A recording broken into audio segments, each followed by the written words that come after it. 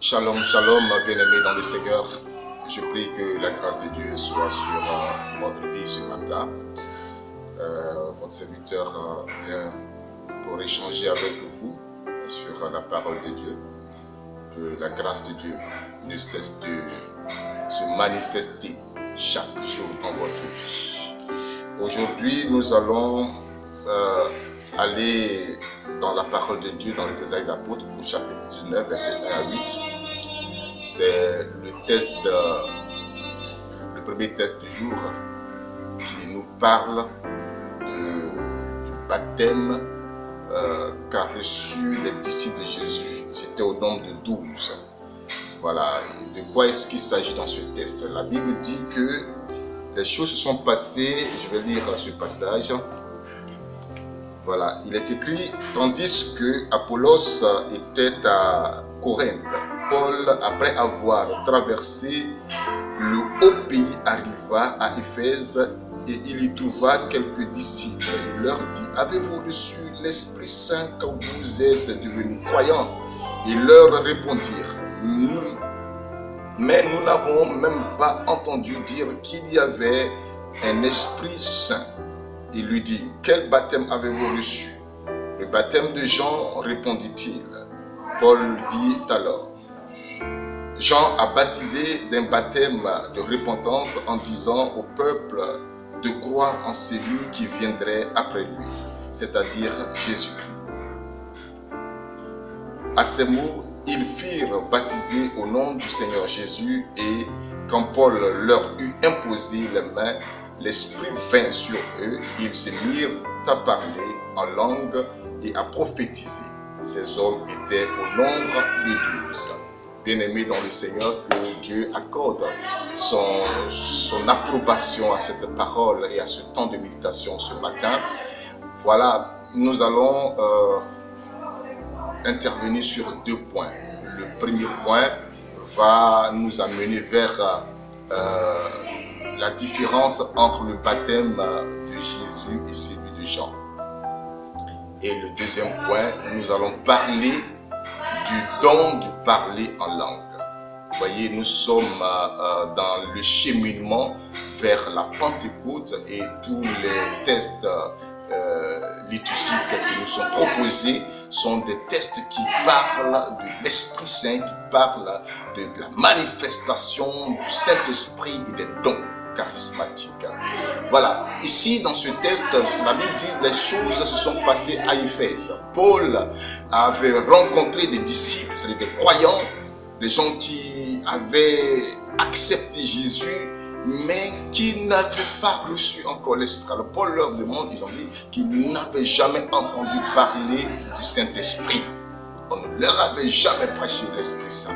Ils ont dit, mais quel baptême avez-vous reçu? Ils ont dit le baptême de Jean. Alors Paul va leur expliquer le sens du baptême de Jean. Il a dit que Jean a prêché un baptême de repentance. Un baptême de repentance pour que nous accueillions celui qui viendrait après lui, c'est-à-dire Jésus-Christ. Donc Jean était dans la logique. Vous voyez? Et cela nous amène véritablement, après ils ont reçu le baptême au nom de Jésus, ils ont été baptisés. Je voudrais faire une parenthèse parce que de plus en plus on entend des pseudo-croyants qui parlent du baptême, on dit non, maintenant on ne baptise plus au nom du Père et du Fils et du Saint-Esprit, mais il faut baptiser au nom de Jésus, c'est ce que la Bible dit, ce n'est pas vrai. Quand Jésus parlait à ses disciples dans le livre de Matthieu, chapitre 28, il dit allez par toutes les nations, allez partout et faites de toutes les nations mes disciples et baptisez-les. Il a dit au nom du Père et du Fils et du Saint-Esprit. Jésus avait la capacité de leur dire baptisez-les en mon nom. Il n'a pas dit baptisez-les en mon nom, il dit baptisez-les au nom du Père et du Fils et du Saint-Esprit. Certes, nous comprenons que dans le nom de Jésus, il y a la Trinité qui est présente. Donc le Père, il est Jésus, il est le Père, il est le Fils, il est en même temps le Saint-Esprit. Mais le rituel que Jésus a laissé à l'Église, c'est le rituel où il faut proclamer le Père, le Fils et le Saint-Esprit. Donc tout baptême qui ne s'appuie pas sur ces 3 noms est un baptême hérétique. Comprenez? Ça, c'était juste une parenthèse. Le baptême de Jean par rapport à celui de Jésus. Jean parlant de Jésus, il a dit voici l'agneau de Dieu qui enlève le péché du monde. Et dans le baptême, il va dire que moi je vous baptise d'eau. Mais celui qui vient après moi, il vous baptisera d'esprit et de feu. L'eau et le feu. Il y a une différence entre les deux. Alléluia. Il y a l'un qui a des qualités, chacun a des spécificités. L'eau lave. Avec l'eau, on peut arroser. Comprenez? L'eau lave, l'eau purifie. Et avec l'eau, on peut arroser des plantes pour qu'elles puissent germer. Quand il y a une sécheresse, ça veut dire qu'il n'y a pas d'eau. Amen. Et ici, Jean dit baptise d'eau. Il a baptisé dans l'eau pour préparer les cœurs. Vous voyez, le ministère, le baptême de Jean peut se retrouver dans même l'annonciation faite à son père Zacharie, quand l'ange disait à son père, regardez ce que l'ange va dire. Il dit, cet enfant, il sera grand devant le Seigneur. Ça c'est Luc chapitre 1, à partir du verset 17 je crois, verset 15. Il dit, il sera grand devant le Seigneur, il ne boira ni vin, ni boisson forte. Il sera rempli de l'esprit dès le sein de sa mère et il ramènera de nombreux fils d'Israël au Seigneur leur Dieu. Il ramènera de nombreux fils d'Israël au Seigneur leur Dieu. C'est ce qu'on appelle la conversion. C'est-à-dire qu'à un moment donné, les enfants d'Israël, leur cœur s'était totalement détourné de Dieu. Pourquoi? Certainement par une question d'impatience. Ils avaient fini par écouter les nations voisines et ils sont allés après ces dieux-là. Donc il fallait que leur cœur se tourne vers Dieu. Donc Dieu envoie Jean pour que Jean puisse amener les Israélites à reconsidérer leur relation avec Dieu. Amen. C'est-à-dire que pour recevoir le Saint-Esprit, il faut que nous soyons d'abord croyants, nous acceptions Jésus-Christ de Nazareth, nous abandonnions beaucoup de choses. L'eau lave de quoi? De l'impurité, du péché. L'eau purifie. Donc Jean a prêché un évangile de conversion pour amener les cœurs à se préparer à recevoir le Messie. Alléluia. À recevoir celui qui devait venir. L'autre, lui, son baptême est différent. Vous voyez que le baptême ici, ce n'est pas d'abord le rituel d'eau ou de quoi que ce soit, mais c'est une prédication. La prédication a changé de vie. C'est quoi Jean va dire? Convertissez-vous et croyez à la bonne nouvelle.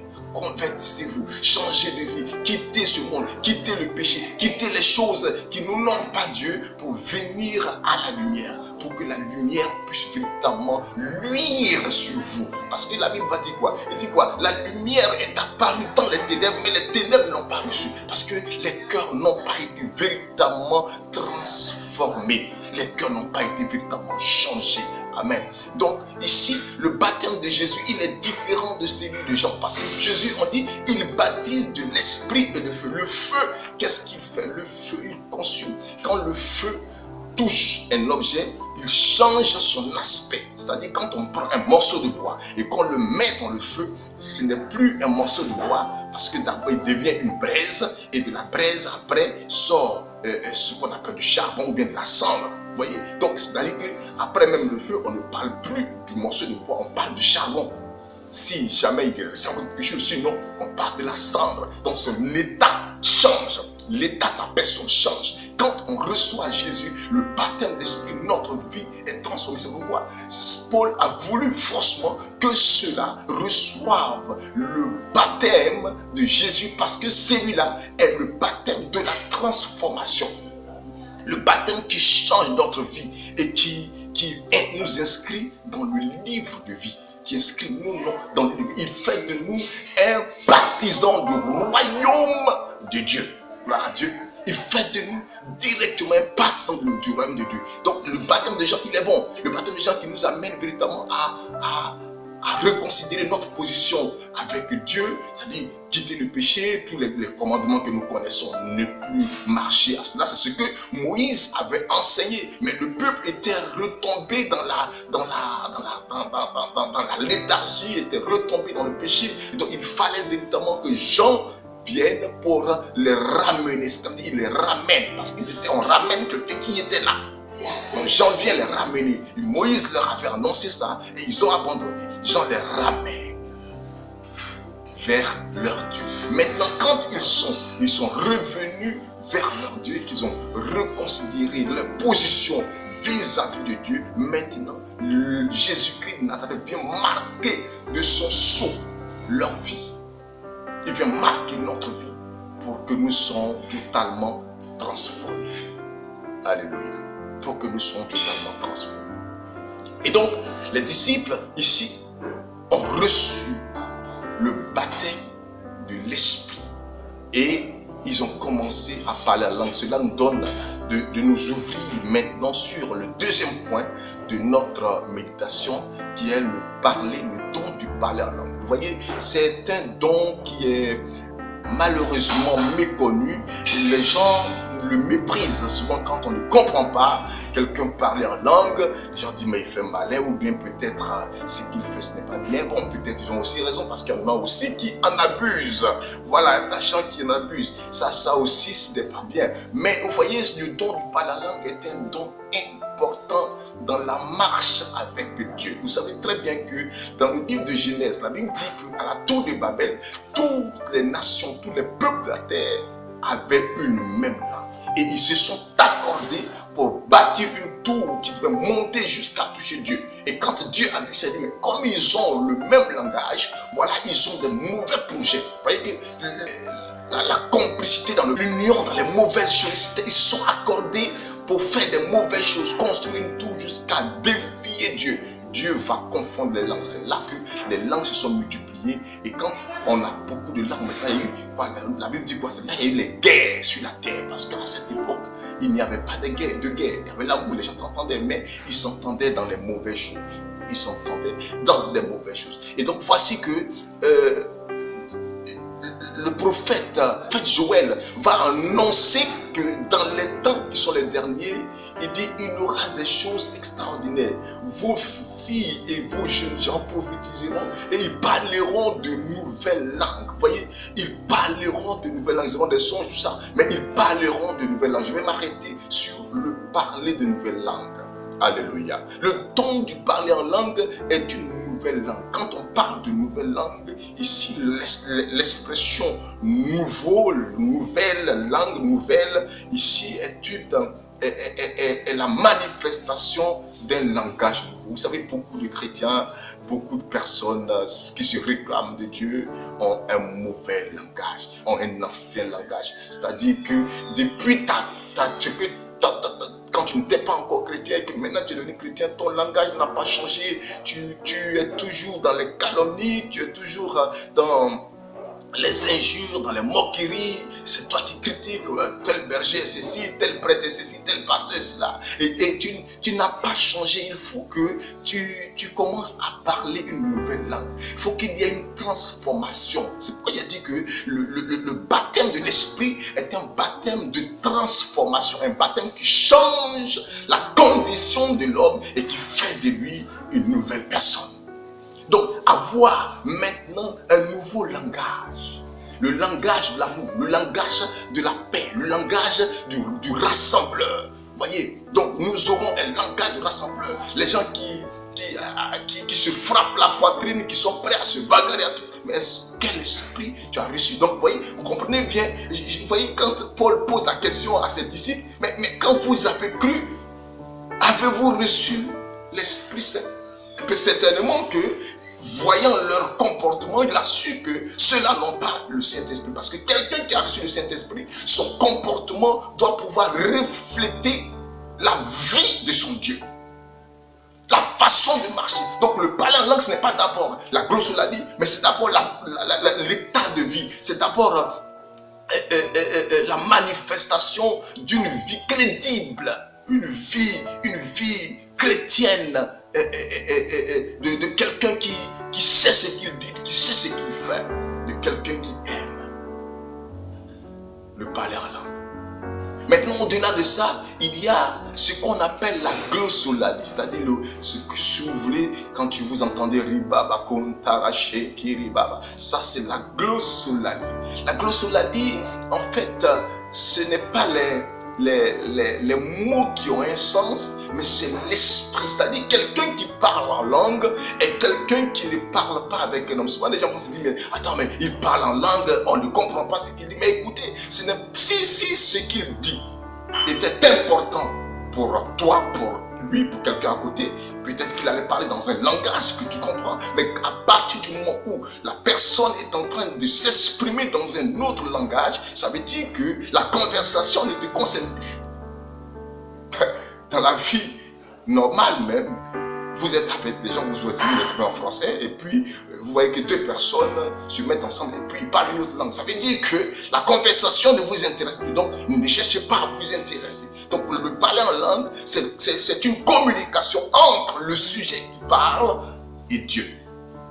Si c'est une prophétie en langue, alors la prophétie peut concerner tout le monde. Mais si c'est une prière, la prière en langue, la prière, elle s'adresse à Dieu.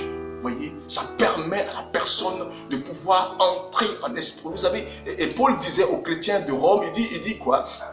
Que nous ne savons pas prier. C'est pourquoi l'Esprit de Dieu vient en notre aide à travers des soupirs inexprimables. Des soupirs inexprimables. Donc c'est un langage que l'intelligence ne comprend pas. Vous voyez que souvent on peut prier et ne pas entrer dans la volonté de Dieu, ne pas demander comme Dieu veut. Donc l'Esprit de Dieu vient à notre secours à travers le parler en langue. Donc dans le parler en langue, la prière du parler en langue, ça permet de pouvoir entrer dans la vision de l'Esprit pour pouvoir adresser une prière qui touche et qui peut toucher le cœur de Dieu. Alléluia. Vous voyez, c'est merveilleux. C'est merveilleux. Et souvent, ce que les gens ne savent pas, il peut arriver que dans une certaine dimension du parler en langue, tu dises des choses qui ont un sens dans un langage humain. Un homme de Dieu nous donnait ce témoignage qu'il était à une assemblée au moment où il parlait. Il était en train de parler, il était inspiré, il parlait. Lui-même ne savait pas de quoi est-ce qu'il parlait. Mais à la fin de la prière, il y a une dame qui est venue le saluer en langue Yoruba. Il a dit, mais madame, je ne sais pas de quoi vous parlez, je ne comprends pas. La dame lui a dit, non mais écoutez, monsieur, tout à l'heure vous avez parlé du Yoruba académique, du Yoruba même que moi-même je ne comprends pas. Et il s'est mis à l'écart avec la dame, il lui a demandé, qu'est-ce que j'ai dit? Et la femme lui a expliqué exactement ce qu'il a dit. Et ça concernait la dame. Il a dit à la dame, le message t'était adressé. Sinon, je ne suis pas Yoruba, je ne comprends pas votre langue. Mais je pense que le message t'était adressé. Vous voyez, c'est cela le mystère. Il vient pour nous soutenir. Peut-être que s'il avait reçu le message de façon claire, pour cette dame, il allait peut-être douter. Donc Dieu l'utilise et il fredonne dans le langage de la dame des mystères. Alléluia. Il fredonne dans le langage de la dame des mystères. Vous voyez, moi je n'avais jamais su que en langue malinké, Dieu s'appelait Massa. Je n'avais jamais su. Mais un jour, et je me suis fait, c'est même pas un jour, c'est plusieurs fois même. J'étais en prière et dans une inspiration, j'ai parlé en langue pendant des heures et puis j'ai commencé à répéter plusieurs fois Massa, Massa, Massa, Massa. J'ai répété ça plusieurs fois sans arrêt. J'ai répété Massa, Massa, Massa. Et c'est après que quelqu'un m'a dit que Massa, c'est le nom de Dieu. Donc en fait, j'étais en train de magnifier en esprit l'Éternel. Il y a encore un autre témoignage, par exemple, où, et ça même, c'était en communauté, j'ai une expression qui me venait régulièrement quand je prenais la parole en langue. C'était Mao Guidi. Je commençais toujours les paroles en langue par Mao Guidi. Mao Guidi et les frères de la communauté, vous savez, ils avaient remarqué ça et les gens avaient commencé à m'appeler Mao Guidi. Mao Guidi, pour moi, ça ne me disait rien, je répondais. Mais ça n'avait pas changé, je continuais toujours à parler. De temps en temps, je me forçais même à ne plus dire le mot Mao Guidi, ça me revenait. Ça me revenait chaque fois. Et un jour, un frère, le frère Franck, il m'a appelé, il m'appelait Mao Guidi. Et puis il y a une dame qui a dit, mon frère, tu l'as appelé comment? Il dit, je l'ai appelé Mao Guidi, c'est son nom. Et la dame dit, gloire à Dieu. Et Franck lui demande, mais attends, mais pourquoi tu dis ça? Ça veut dire quoi, Mao Guidi? Il dit, mais c'est un grand nom, c'est un grand nom. Et la dame, elle est béninoise, elle est béninoise. Elle dit qu'en béninois, Mao Guidi, ça veut dire Dieu est grand. Alléluia. Dieu est grand. Et c'est là que je vais lui dire, mais attends, moi je ne sais même pas, je ne comprends pas cette langue béninoise. Donc Dieu est grand, ça veut dire Mao Guidi, ça veut dire Dieu est grand. Et ça, j'ai compris maintenant que, effectivement, dans le parler en langue, Dieu peut utiliser une langue que tu ne connais pas, une langue étrangère. Tu peux même parler en chinois, tu peux parler en arabe, tu peux parler dans une langue étrangère. Mais dans tous les cas, tu es en connexion avec Dieu. Donc le don de parler en langue, il est très important dans la marche avec Dieu, dans la vie spirituelle des chrétiens qui veulent grandir avec Dieu. Il faut demander ce don. C'est pourquoi Paul a regardé ses disciples. Il leur a dit, mais quand vous avez été baptisés, avez-vous reçu l'Esprit Saint? Avez-vous reçu l'Esprit Saint? Quand vous avez été baptisés, et la question va être posée à chacun de nous. Quand tu as été baptisé, est-ce que tu as reçu le Saint-Esprit? Quel baptême as-tu reçu? Je sais qu'aujourd'hui, on ne prêche plus le baptême de Jean. Mais est-ce que tu as reçu? On peut t'administrer le baptême du Christ, mais tu peux te limiter à celui de Jean. Tu peux être limité à celui de Jean, parce que dans le baptême du Christ, il y a le baptême de Jean. Est-ce que tu es allé en profondeur pour toucher le baptême du Christ? Bien-aimés dans le Seigneur, je prie que le Seigneur nous bénisse, qu'il nous garde et nous conduise dans cette marche vers la Pentecôte, afin que le jour de la Pentecôte, nous soyons transformés de l'intérieur pour recevoir la grâce du Saint-Esprit. Au nom de Jésus-Christ. Amen. Yeah. Mama. Yeah.